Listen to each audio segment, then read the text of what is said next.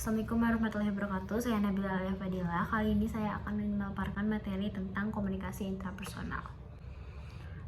Komunikasi intrapersonal ini sangat berhubungan erat dengan pikiran dan masa depan. Kenapa begitu? Karena pikiran dapat memengaruhi perasaan. Perasaan dapat mengubah keputusan, yang akhirnya keputusan dapat mempengaruhi tindakan. Kemudian, tindakan yang terus dilakukan ini dapat membentuk kebiasaan. Kebiasaan yang sudah melekat dapat membentuk karakter yang kemudian dapat membentuk masa depan. Maka dari itu, apa yang kita pikirkan hari ini dapat menentukan masa depan. Lalu komunikasi intrapersonal sendiri dapat berpengaruh terhadap bagaimana kita memahami diri sendiri. Self atau diri adalah sistem sudut pandang yang terus berubah, yang dibentuk dan dipelihara dalam komunikasi dengan orang lain maupun diri sendiri. Menurut Wood, diri bukan bawaan lahir, tapi berkembang karena komunikasi dan partisipasi dengan dunia sosial. Lewat komunikasi intrapersonal, kita mengingatkan diri kita mengenai perspektif orang lain dan bagaimana mereka melihat kita. Komunikasi intrapersonal juga dapat membentuk konsep diri. Konsep diri sendiri dipengaruhi oleh others' image, social compression, cultural teachings, your interpretation, and evaluation. Apa sih keempat macam itu? Dan apa contohnya? Dan bagaimana komunikasi dengan pihak lain mempengaruhi diri? Karena sebenarnya konsep diri ini dibentuk dari lingkungan.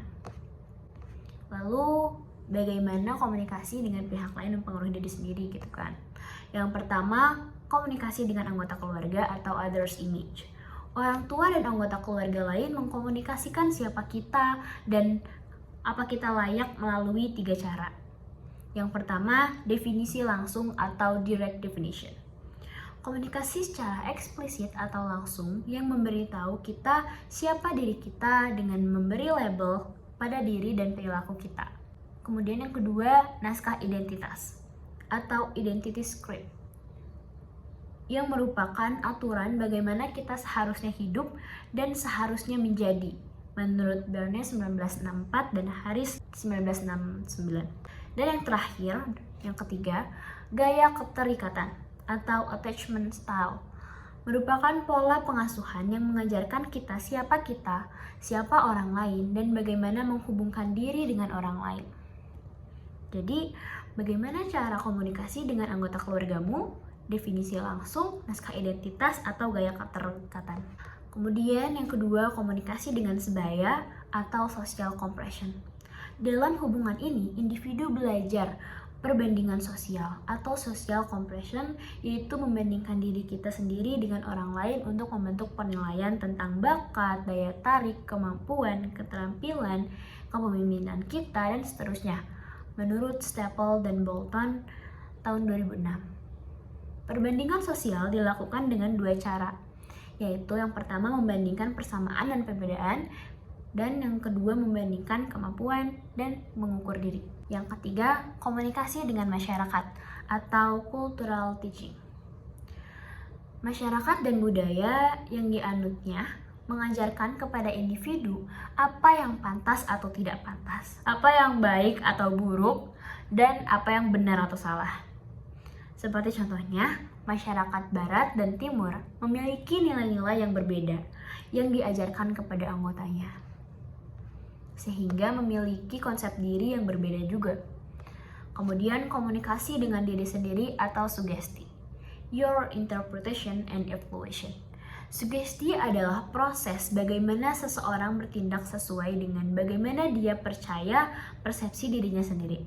Karena kita sering menginternalisasi perspektif orang lain, kita bisa memberikan label pada diri sendiri seperti apa yang mereka lakukan dan kemudian bertindak untuk memenuhi label tersebut atau ekspektasi tersebut.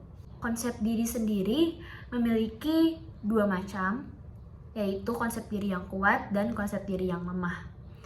Konsep diri yang kuat dapat menggambarkan sejumlah keterampilan, pengetahuan, kompetensi, dan karakter pribadi, serta berpikir positif tentang diri sendiri. Sementara konsep diri yang lemah tidak dapat menggambarkan keterampilan, kemampuan, pengetahuan, kompetensi, atau karakter pribadi yang dimiliki, dan berpikir negatif tentang diri sendiri. Komunikasi intrapersonal juga dapat meningkatkan kesadaran diri. Kesadaran diri melibatkan merefleksikan dan mengawasi perilaku diri sendiri, sehingga melibatkan komunikasi intrapersonal. Menurut Johari Window, kesadaran diri terdiri dari 4 jendela atau 4 macam, yaitu open, blind, unknown, dan hidden. Yang pertama, open self. Open self merupakan informasi tentang Anda yang Anda tahu dan orang lain juga tahu. Jadi, orang yang open self ini merupakan orang yang terbuka terhadap diri sendiri maupun orang lain.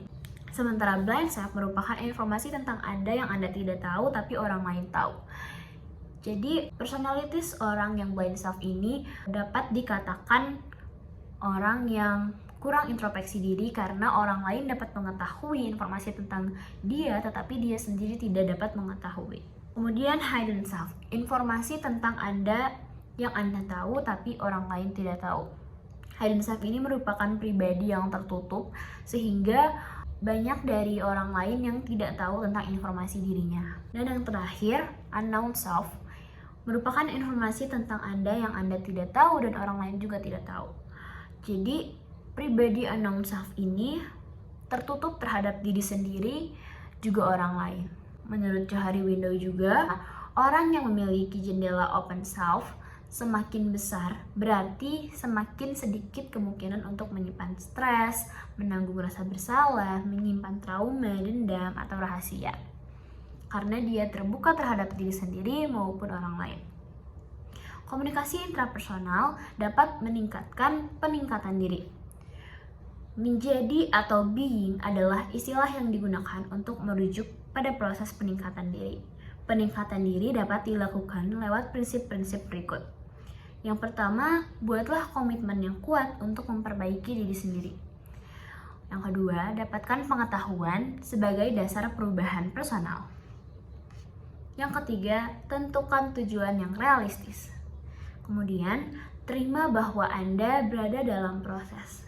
Dan yang terakhir, ciptakan suatu konteks suportif untuk perubahan. Sekian yang dapat saya sampaikan.